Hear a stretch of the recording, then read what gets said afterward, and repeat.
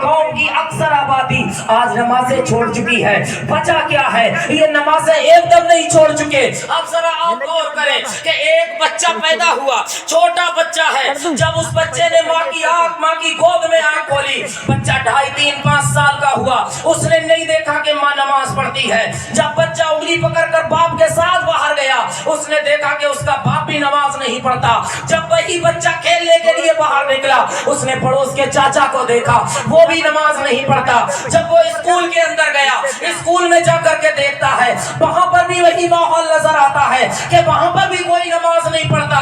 جب وہی بچہ 11 12 سے لے کر کے 15 سال کا ہوا تو دوستوں کا ایک جمع کثیر ہے, نماز کی وہاں پر بھی پرواہ نہیں ہے. اب یہ بچہ جب بچپن سے اس انداز میں بڑا ہوا ہے کہ اس نے اپنے گھر میں بھی نماز نہیں دیکھی, اپنے پڑوس میں بھی نماز پڑھتے نہیں دیکھا, اگر دیکھا ہے تو جمعے کے دن جاتے دیکھا ہے, اس کے علاوہ 5 ٹائم کی نماز پڑھتے نہیں دیکھا. نتیجہ کیا ہوا؟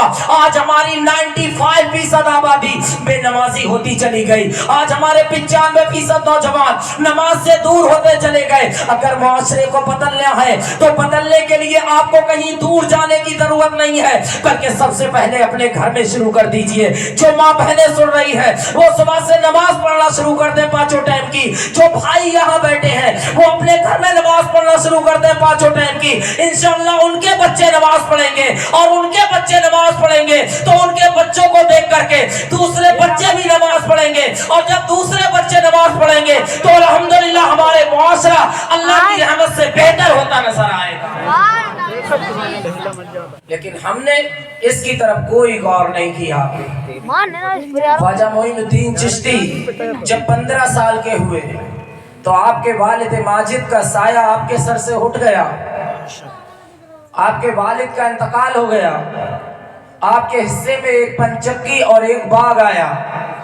آپ اپنے باغیچے کی دیکھ ریکھ کرتے تھے جس سے گھر کا خرچ چلتا تھا. اپنے باغیچے میں پانی لگاتے, اسی کی دیکھ ریکھ کیا کرتے تھے. آپ کو ایک دن ایک درویش ابراہیم نامی آئے اور انہوں نے آ کر کے اپنی جھولی سے نکال کر پہلے آپ بیٹھے, انہیں بیٹھالا, کچھ کھلایا پلایا. انہوں نے اپنی تھیلی سے کھلی نکالی. پہلے بزرگان دین اس طریقے کی چیزیں اپنے پاس رکھتے تھے. انہیں جب کھلایا اور کھلانے کے بعد آپ کے دل کی دنیا بدلی, اور آپ نے اپنی پنچکی اور اپنا باغیچہ بیچ کر اللہ کی راہ میں خرچ کیا, اور اس کے بعد اللہ کے دین کی خدمت کے لیے نکل پڑے. آج ایک بڑا طبقہ, بات آ گئی تو بتا دوں, بہت سارے اس طریقے کے بھی آج کل صوفی چل رہے ہیں کہ جنہیں مولویوں سے چڑھن ہے. بہت سے صوفی اس طریقے کے چل رہے ہیں جو کہہ رہے ہیں شریعت الگ ہے طریقت الگ ہے. وہ کان کھول کر سن لے, خواجہ معین الدین چشتی سنجری علیہ رحمہ کا نام لے کر کے صوفیت کے نام پہ غلط باتیں نہیں پھیلانی چاہیے. خواجہ معین الدین چشتی سنجری الحمدللہ اللہ کے فضل و کرم سے بہترین حافظ, بہترین قاری, اور آپ نے 2 شہروں میں رہ کے علم حاصل کیا. آپ نے سمرقند میں بڑے بڑے علماء سے علم سیکھا, علم تفسیر سیکھا, علم لغت سیکھی, علم حدیث سیکھا, علم کلام سیکھا. اس کے بعد آپ نے بخارا میں جا کے جید محدثین کرام سے سیکھا, اور آپ اپنے وقت کے ایک بہترین حافظ و قاری اور بہت بڑے اللہ والے کے ساتھ بہت بڑے عالم دین گزرے ہیں. سبحان. آج جو ایک بڑا طبقہ لگا ہوا ہے اس پہ نا کہ صوفیت الگ ہے, ان صوفیوں کو چاہیے کہ وہ اور کوئی دیکھے. الحمدللہ اگر آپ غور کریں گے تو خواجہ معین الدین چشتی اپنے وقت کے بہت بڑے عالم دین بھی گزرے ہیں. اب خواجہ معین الدین چشتی علیہ رحمہ اپنے وقت میں علم دین حاصل کرتے رہے. علم دین حاصل کرنے کے لیے کہاں گئے؟ مدرسوں کی طرف گئے, علماء کی طرف گئے. اب یہاں پر بات آ گئی تو بتا دوں کہ آج کے دور میں ہمارے مدارس کا حال سب سے خراب ہے. پیسے لوگ اکٹھے کیے, تیار کیا, ایک ادارہ بنایا, کھڑا کیا, لیکن آپ 10 20 50 بچے بھی اس محلے سے نکال نہیں سکتے جو نماز صحیح پڑھا دیں. بات صحیح ہے نہیں ہے؟ ادارہ بنا کر کے 10 سال 15 سال 20 سال ہو گئے, لیکن اس سے صحیح قرآن خواہ آپ کو نہیں ملیں گے پڑھنے والے. میں نے بہت سی جگہ دیکھ چکا ہوں گاؤں میں جا کے. آخر کیوں؟ مدرسہ بنا کس لیے تھا؟ اسی لیے تو بنا تھا کہ بچے پڑھیں, لیکن نہیں, کہیں غور نہیں. وجہ کیا ہے؟ وجہ یہ ہے کہ ہمیں اپنے بچوں کے فیوچر کا کوئی ٹینشن نہیں. ہمیں صرف دنیا نظر آ رہی ہے کہ دنیا اچھی ہو جائے. آپ غور کریں دنیا کے جتنے لوگ ہیں ان کے لیے صرف دنیا ہے کہ ابھی ہم بیٹھے ہیں، یہ ورتمان ہے، پریزنٹ ہے، لیکن کل ہمارا بچہ فارغ ہو کے کیا کرے گا؟ نوکری کرے گا، پیسہ کتنا کمائے گا، مکان بنائے گا۔ لیکن مسلمانوں کے لیے صرف یہ نہیں ہے، مسلمانوں کے لیے جہاں دنیا میں اچھے سے رہنا، اس دنیا کے ساتھ ساتھ ایک چیز اور ہے، وہ آفٹر ڈیتھ ہے، مرنے کے بعد جس کا فیوچر اچھا ہے اس کی دنیا بھی اچھی ہے اور اس کا دنیا میں رہنا بھی اچھا ہے، اور اگر مرنے کے بعد اس کی آخرت خراب ہے تو دنیا میں چاہے کتنے ہی مزہ کر لے اس کا سب برباد ہے۔ سب سے اچھا آدمی وہ ہے جو دنیا میں اچھے سے رہے اور اس کی آخرت اچھی ہو جائے۔ سبحان اللہ۔ لیکن ہم نے اس کی طرف کوئی توجہ نہیں کی، ہمیں کوئی پرواہ نہیں ہے، بچہ پڑھے تو نہ پڑھے تو۔ صبح اٹھایا، آنکھیں اونچے کچلتا ہوا گیا، مولوی صاحب کے پاس دے دیا، مولوی صاحب نے بھی تھوڑا بہت دیکھا، وہ بھی کیا کریں۔ بچے کو پڑھانے کی ذمہ داری مولوی صاحب سبق ہی تو دے سکتے ہیں، اس کو سبق یاد کرا کے کون بھیجے گا؟ گھر والے ہی تو بھیجیں گے۔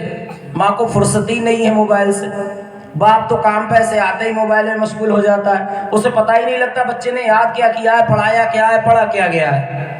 اور حال یہ ہے، آپ نے ایک قوم دیکھی ہوگی پنجابی، کوئی ایسا دکھائیں گے آپ جس کو پنجابی نہ آتی؟ سب کو آتی ہے، نہیں آتی؟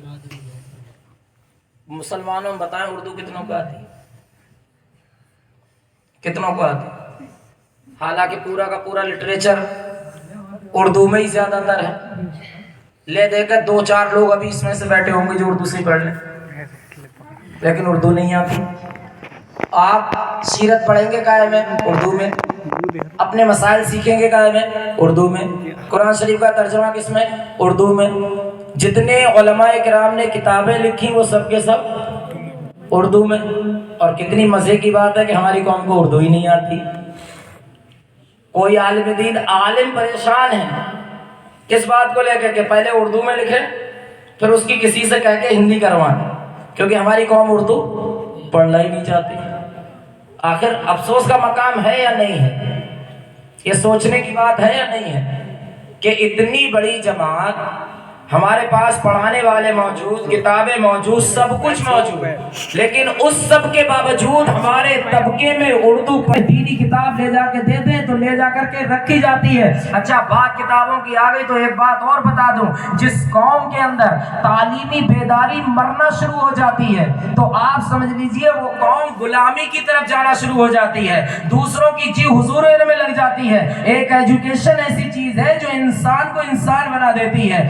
آپ ذرا غور کریں کہ قرآن مقدس نازل ہوا، خواجہ معین الدین چشتی علیہ الرحمہ اللہ کے کرم سے ایک پیدائشی ولی ہے، لیکن اس کے بعد آپ دیکھیں کہ آپ نے قرآن بھی حفظ فرمایا، آپ دیکھیں کہ آپ نے مدارس میں جا کے علم حدیث بھی سیکھا، علم فقہ بھی سیکھا، آپ نے علم حدیث بھی سیکھا، علم کلام بھی سیکھا، عربی زبان بھی سیکھی۔ اب ذرا غور کریں ہمارا حال کیا ہے کہ آج ہماری ایک بڑی تعداد جہاں ان چیزوں سے ناواقف ہے، وہی تعلیم سے بھی دور ہوتی جا رہی ہے، اور تعلیم سے دور ہونے کا نتیجہ یہ ہے کہ آج ہمارے مسلمانوں میں جہالت کا دور دورہ ہے۔ اگر کہیں پر کوئی بات ہوتی ہے ان کو سمجھ نہیں آتی، حالانکہ آپ قرآن دیکھیے، ہمارے نبی پر جب قرآن نازل ہوا تو سب سے پہلی جو آیت نازل ہوئی وہ نازل ہوئی اقرا، اے حبیب پڑھیے اللہ کے نام سے، اللہ کے نام سے آپ پڑھیے۔ وہ مسلمان کے جس کے ہاتھ میں قرآن اور قرآن کہتا ہے پڑھیے اللہ کے نام سے، اور وہی مسلمان آج لوگوں کے درمیان جاہل نظر آتا ہے۔ کتنے افسوس کا مقام ہے۔ اور جو مسلمان اس ٹائم اس بھبکی میں گھوم رہے ہیں کہ آپ قرآن کو چھوڑ کر کوئی ترقی کر لیں گے، تو آپ بھول جائیے ترقی کچھ نہیں ہونے والی ہے، بلکہ آپ انحطاط کی طرف جائیں گے، گڑھے کی طرف جائیں گے۔ اگر نہ سمجھ آتا ہو تو آپ تاریخ اٹھا کر کے دیکھ لیجئے، صحابہ کرام کی جماعت کہاں سے نکلی تھی؟ عرب کے ریگستان سے نکلی تھی۔ عربی علاقہ ہے، ایسا ریگستانی علاقہ ہے، عربی زبان میں ان کو بدوی کہا جاتا تھا، روم بھی کہتا تھا ہمارا ہے، فارس بھی کہتے تھے ہمارا ہے، لیکن قبضہ کسی کا نہیں چلتا تھا، لیکن وہ ان پڑھ لوگ، لیکن جب ان کے ہاتھ میں قرآن آیا انہوں نے قرآن کو پڑھا، اور قرآن کو پڑھنے کے بعد ایسی حکومتیں قائم کر کے دکھا دی کہ دنیا نے تعریف کر کے دکھا دی کہ اگر بادشاہ ہو تو عمر کی طرح ہو۔ اور ڈاکٹر اقبال نے اسی انداز کو کہا تھا کہ ڈاکٹر اقبال نے جو بات کہی تھی اسی لیے کہی تھی، وہ معزز تھے زمانے میں قاری قرآن ہو کر، اور اور تم خوار ہوئے تارک گناہ ہو کر۔ سبحان اللہ۔ ہم نے غور ہی کرنا بند کر دیا کہ تعلیم ہے کیا چیز، کیسا گوہر نایاب ہے۔ ایک کام اور ہماری قوم میں بہت اچھے سے ہے، پڑوسی کے پیٹ میں درد، کسی نے اپنا مکان نیا بنا لیا، پڑوسی پریشان، چل لیا نا اس طریقے کا۔ آپ ذرا غور کریں، تھوڑا سا دماغ پہ لوٹ لیں، اس کو دینے والا کون ہے؟ اللہ۔ سب بھائی ایک زبان بولے اللہ۔ اللہ۔ تو اب آپ جل کس سے ہیں؟ جس کو مل لیا ہے اس سے یا اللہ کی عطا سے؟ کس سے جل رہا ہے؟ جس کو مل رہا ہے اس سے جلا جا رہا ہے یا اللہ کی عطا سے جلا جا رہا ہے؟ اور اللہ کی عطا سے جل کر کے آپ کہیں پہنچ سکتے ہیں؟ کہیں نہیں پہنچ سکتے۔ اس کا علاج بھی بتا دیتا ہوں، بہت بہتر علاج اس کا یہ ہے کہ یہ جو حسد جلن ہے نا، رشک کرنا اچھی بات ہے، رشک کرنا اچھی بات ہے۔ مثلا کسی کے بچے نے اچھی ٹاپ جاب پائی تو دوسرا یہ کوشش کرے میں اس سے اچھی پاؤں گا، اور جلن یہ ہے کہ مجھے ملے نہ ملے اس کی چلی جائے۔ تو یہ نہیں سوچنا، بلکہ کوشش کیا ہونی چاہیے؟ کوشش یہ ہونی چاہیے کہ ہم بھی برابری کریں۔ اس سے بچنے کا طریقہ یہ ہے کہ اگر اپنے بھائی پڑوسی، اپنے دوستوں احباب سے اگر کسی کو طبعی طور پر کچھ جلن پیدا ہو دیکھ کر، تو آپ نماز میں اسی چیز کی بڑھوتری کی دعا کریں اس کے لیے۔ سبحان اللہ۔ دعویٰ ہے انشاءاللہ آپ کو 2-3 ٹائم کی نماز نہیں لگے گی، اس کا خیال ہی دل سے نکل جائے گا۔ اگر کسی نے آپ کے پڑوسی نے 10 لاکھ کی کار لی اور آپ کو چڑن ہو رہی ہے تو آپ مسجد میں جائیں اور دعا کریں یا اللہ اسے 50 لاکھ کی دلا دے۔ شیطان نے آپ کے دل میں ڈالا ہی اس لیے تھا کہ آپ کو اس سے حسد ہو، اور اب تو آپ اس کے لیے مزید کی دعا کر رہے ہیں۔ اب شیطان کا خلل ہٹ جائے گا، انشاءاللہ اس کبھی گناہ سے محفوظ ہو جائے گا۔ ایک مرتبہ درود شریف پڑھیں، اللہ رب محمد صلی اللہ علیہ وسلم، نحن عباد محمد صلی اللہ علیہ وسلم۔ علیہ رحمہ جب تمام علوم سے فارغ ہوئے، فارغ ہونے کے بعد ایک مسجد ہے مسجد جنید، اس میں آپ تشریف فرماتے، وہاں آپ کی ملاقات خواجہ عثمان ہارونی سے ہوئی۔ پیر ہو تو سبحان اللہ اتنا کامل ہو۔ خواجہ معین الدین چشتی کو آپ کے پیر و مرشد ملے خواجہ عثمان ہارونی۔ خواجہ عثمان ہارونی فرماتے ہیں کہ بیٹا پڑھو سورہ بقرہ پڑھو۔ آپ نے سورہ بقرہ پڑھی، پھر آپ فرماتے ہیں 21 مرتبہ درود شریف پڑھو۔ آپ نے 21 مرتبہ درود شریف پڑھی، پھر فرماتے ہیں 1000 مرتبہ سورہ اخلاص پڑھو۔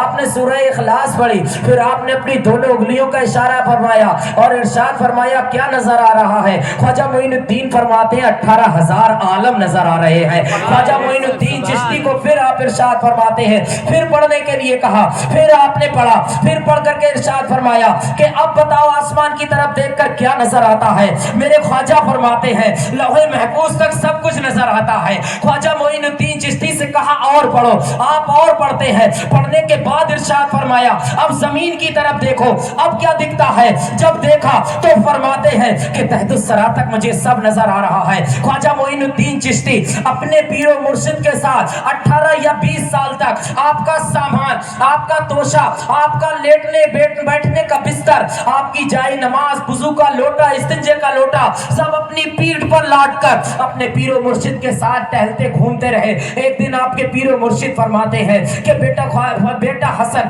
اب تم حج کے لیے چلے جاؤ، یعنی حج کے لیے چلتے ہیں۔ اور اپنے پیر کامل کے ساتھ میرے خواجہ معین الدین چشتی جب آپ حرم کے لیے تشریف لے گئے، جب آپ مسجد حرم میں پہنچے، کعبۃ اللہ میں پہنچے، کعبہ کے قریب کھڑے ہو کر کے اللہ رب العزت کی بارگاہ میں آپ کے پیر و مرشد دعا کرتے ہیں، اے اللہ میں نے حسن کو تیری پناہ میں دیا، تیرے حوالے کرتا ہوں۔ اللہ اکبر، حاتم غیبی سے آواز آتی ہے ہم نے حسن کو قبول فرما لیا۔ سبحان اللہ، سبحان اللہ۔ اور وہاں سے نکل کر کے خواجہ معین الدین چشتی سنجری علیہ رحمہ کو لے کر کے مدینے کی طرف چلے، اور جب مدینہ پہنچے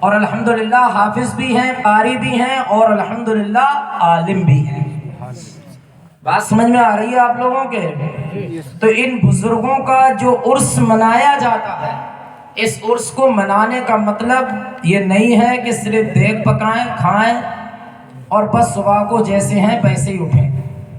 اس سے مراد یہ ہے کہ آپ سیکھیں، عمل کریں۔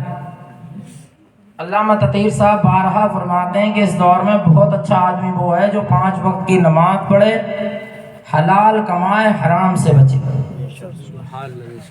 اس دور میں بہت اچھا آدمی وہ ہے کہ جو 5 وقت کی نماز پڑھے، حلال کمائے، حرام سے بچے۔ اگر کوئی ایسا ہو جائے تو الحمدللہ اس کی دنیا بھی بہتر اور آخرت بھی بہتر۔ آخر میں